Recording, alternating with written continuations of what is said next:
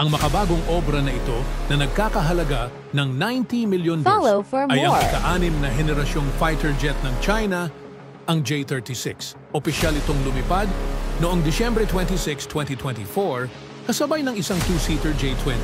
At oo, mukha itong galing sa isang sci-fi movie, pero totoo ito. Meron itong tailless, diamond-shaped na katawan at tatlong makapangyarihang Follow for makina, more. kaya nitong mag-super cruise at may usap-usapan pa na maaari itong umabot ng near space. Pero ito ang pinakakahanga-hanga. Maaari itong gumamit ng AI combat system at lumipad kasama ang mga drone wingmen.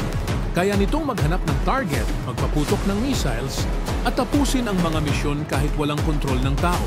May laman itong hypersonic missiles at electronic warfare tools sa internal bay nito, kaya nitong umatake ng mabilis at eksakto bago pa man malaman ng kalaban. Lumalabas din na may prototype na lumipad pa noong 2023 at walang nakapansin.